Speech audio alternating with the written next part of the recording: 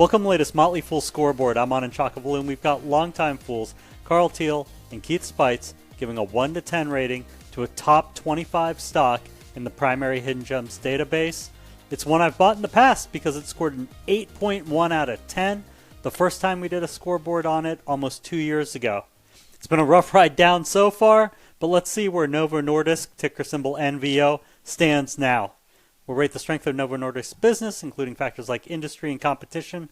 A 10 is invincible, a 1 is hopeless. Carl's at a 6, Keith, you're at a 7 on business.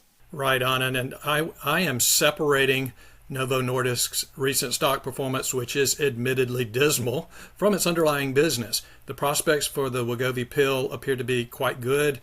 The new product, CagriSema, is also very promising. I also think there's a decent chance that the company's lawsuit against Hims and Hers, maybe combined with FDA action, could end this Wild West market dynamics we've seen with GLP-1 copycat drugs.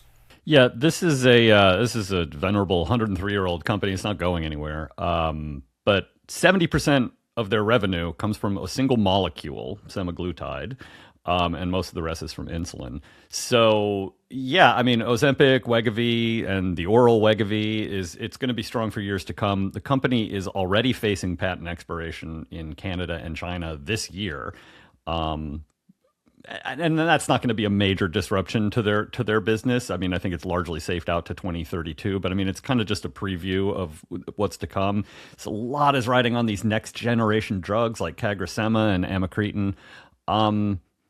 I'm not sold that they're super big winners versus a lot of the other stuff that's coming down the pipeline. I mean, they're certainly going to have their niches, but I don't know that that's enough to shore up the business and make sure that they're kind of, maintaining this oligopoly that they have.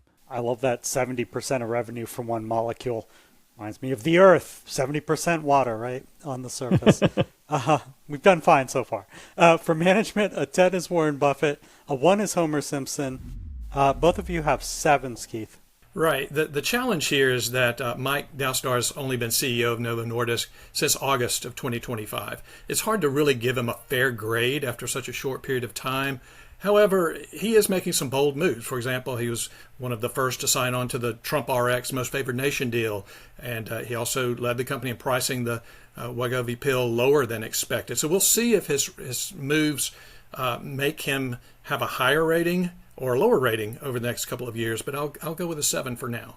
Yeah, I also went on a limb, even though, and in addition to what Keith said, I mean, the stock's gone down since he's been CEO, so not exactly great, but he's the first non-Danish CEO that the company's had in its history. I think he's what they need. He specifically said that they're going to go big when it comes to M&A, and they did try to do that with Metsera. That was kind of a Hail Mary that didn't work out for them. But I mean, I think he's just going to take them in a bolder direction, which is what I do think that they need to do.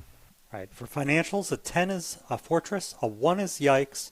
Both of you have 8s, Keith. Right. The company's gross margins will remain high despite the lower guidance that they gave for 2026. Just looking at the numbers on Novo Nordisk's financial statements, there really isn't much to dislike. The main reason why I didn't give the company a higher score is that there's just a lot of uncertainty that it faces, including a big threat from Eli Lilly, and that could change the financial picture over the next couple of years potentially.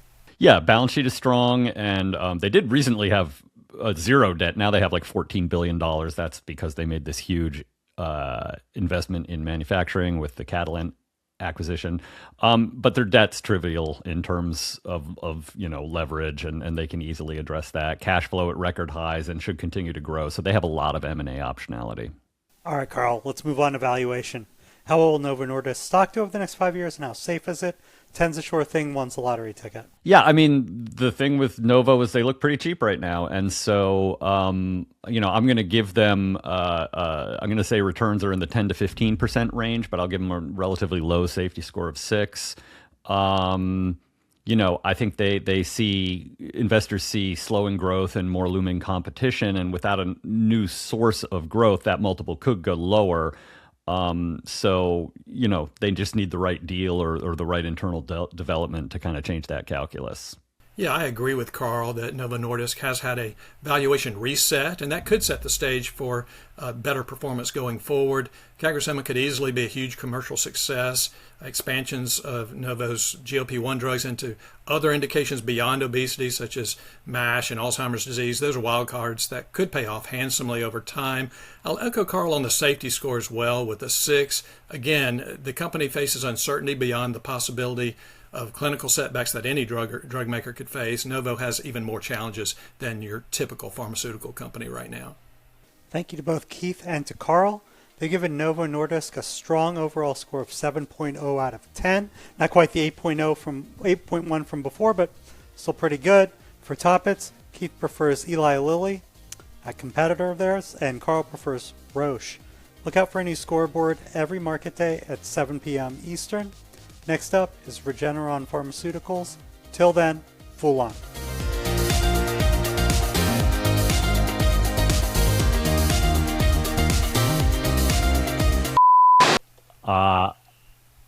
I'm sure